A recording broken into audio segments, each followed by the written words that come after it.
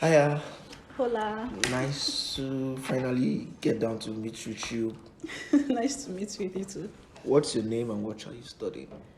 I'm Patricia and Kim Innocent, and right now I'm studying my master's program in public health and health promotion. Although I should mention that I first started with pre-masters in International College Robert Gordon University. Oh, wow. Yeah, I did pre-masters in public health for 3 months, and then I've just started masters this January. That's nice. Yeah. So, where are you from and how long have you been in the UK? Originally, let me sound like people always sound.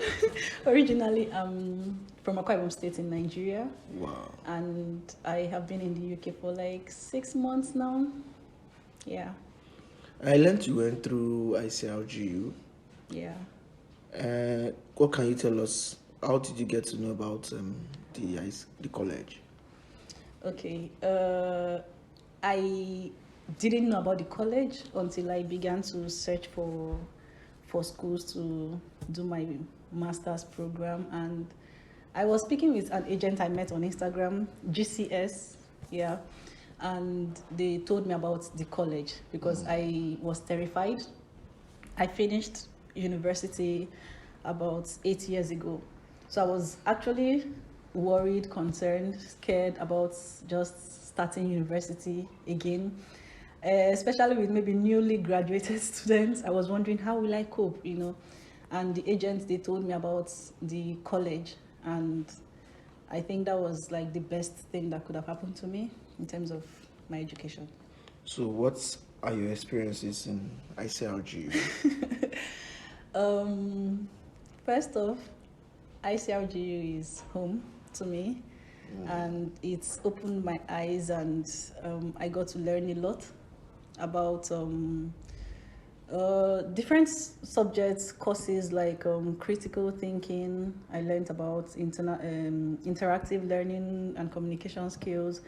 I learned how to paraphrase so that when you submit and turn it in, your similarity rate will not be high. I learned how to navigate the school website and use the library and how to reference using RefWorks. I learned a whole lot. And I should also add here that I became the student president of the International College Robert Gordon University. Wow. Thank you. That's nice. Yeah, so that also gave me a very high level of confidence, because if you're a Nigerian, right? Yeah, sure. So you know where we're from. Females most at times are not given opportunity to be leaders, and they would most likely tell you, oh, you could be vice, but you can't run for presidency. But during our induction, we were told that, okay, there's going to be an election coming up. Anybody can apply to be the student president or class representative. And I decided to run for student president, and I was quite shocked that I, a mom, a wife, someone who left school 8 years ago, I was chosen. That's nice. To be the student president. I can't tell you what that did for me. That's in terms of my confidence, in terms of my morale, even in terms of my academics, because at that point, people were coming to me for advice on for advice on a lot of things, and maybe academically as well. So I need to read more to be able to answer people's questions. Sure. So that really helped me. Yeah. So sorry. Like, what's your experience as an ICRGU president? Like, your experience? It was wonderful working with the students and also with the management. Oh yeah. Yeah. I have to add that the management of ICRGU, they are really concerned about the well-being of every student. Yeah.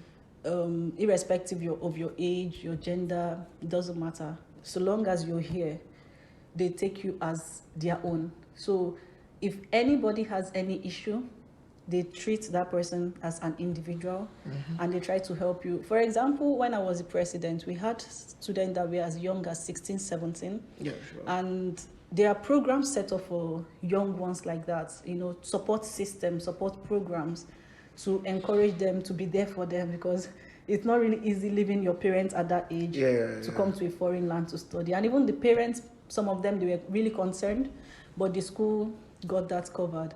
And if you had any issues, I got some maybe issues or concerns from students, they talk to me about it, and I go up to talk to the management, and they listen. Sometimes we had meetings, and we got feedbacks, and okay, what's the way forward? How can we make your learning here better? And they try to make some changes wherever possible. So that's nice. What would you advise anybody coming in to ICRGU? What would you advise them? Coming into ICRGU, I would say, especially for those maybe like me, you were scared. I would say just come, be open-minded, and be willing to put in the work. Like I said, I left school years ago, so I realized that if they tell you, okay, study for 10 minutes, for example, try to study for 10 minutes, maybe even more.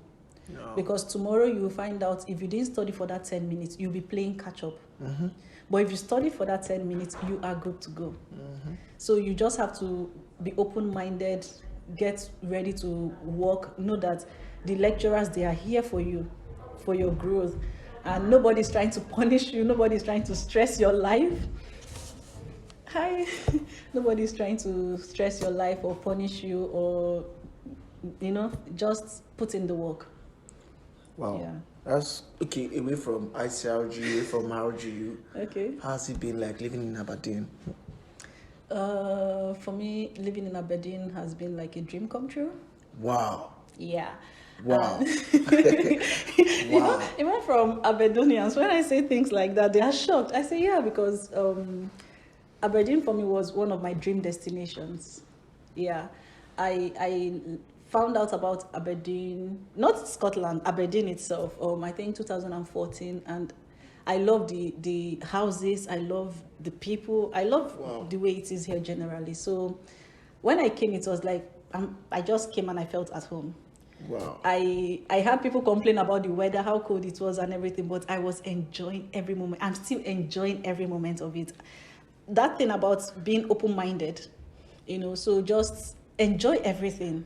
And then in terms of cost of living, mm-hmm. Aberdeen is cheaper than other parts of UK. Yeah. For example, I got admission to study in University of Hertfordshire, and I thought about moving there for a second, but then I found the environment to not be as calm as Aberdeen. Also, the cost of living there is pretty high. For example, during my research, I found out that average cost of maybe a 2-bedroom flat could be like 1,150 or 1,200 pounds. While here in Aberdeen, I live in a 3-bedroom flat and I'm paying 660 pounds. Wow. So the difference is much. Cost of feeding is much. The town is a very wonderful place to raise your kids as well. Crime rate is almost non-existent. I'm not saying it doesn't exist, but it's very low compared to other cities. And in terms of job opportunities, everyone has a different story. Personally, I got 2 jobs within my first month of being here in Aberdeen. 2 jobs? 2 jobs. Oh, wow. 2 different jobs, yeah. Wow. So I work in an adult care home, which I absolutely love. And I have like 5 months experience working there. I've done a lot of trainings, which the company takes care of, so I'm living my best life. Wow. Yeah. So how have you've not been missing African food, like your normal Edika Kong? Please don't even get me started. It's about the mindset. Before I came here, I made up my mind. I'm going to this place. I'm going to learn the local food. I'm going to befriend the locals. If these people eat these meals and they enjoy it, I'm going to learn to enjoy it. That's beautiful. So from the plane, I started eating whatever I was served there. Wow. Even with my face squeezing, but I made sure I finished it. Oh, and wow. I eat their meals here. I'm not really bothered about, it has to be African, because really that is where it gets very expensive. When you're scratching your head. Man, I'm bothered about African food though. I'm bothered okay. sometimes. For people that are really bent on African food, there are some of their stores that sell some of African stuff. For example, if you go to Asda, you have okra there in Asda. Yeah, sure. Yeah. So instead of going to an African store to buy okra, which is going to be way more expensive, Buy go and from buy Asda. from Asda. Yeah. You know, instead of going to buy ugu or any kind of leaf that is being brought in from Africa, use spinach. Yeah. If I cook kale and spinach combination for you, you eat, you think it's a Dika income. Oh, yeah? And kale is maybe like a pound, spinach is less than 1 pound. So But if you go to if you go to African store it has to be ugu and water leaf, you're going to be spending so much. Yeah, sure. So it's just. But there are African stores here now, sure? Yeah, there are lots of African stores. You have Spice of Asia. You have Harmony. I'm not even talking about. I'm talking about where you can eat like pounded yam. Yeah, sure. There are lots of like African restaurants. Yeah, restaurants. Yeah. Personally, I've not patronized any of them. Oh wow. Yeah. I have actually though. Oh, okay. I have. There's one around the Union Street African store. It must be expensive now. Yes, it is. Before I came with lots of leaves. I came with egusi. I came with Wow. lots Came prepared. I came prepared. So That's fine. I haven't patronized them. So it's so nice to talk to you today, Patricia. It's really good. I really cannot wait to see the outcome of maybe you become like the first female president of Nigeria. Fingers crossed. I'll be so glad to see you. So nice. Thank you so much. Thank you for your time. Thank I'm you for grateful. having me. All right, bye.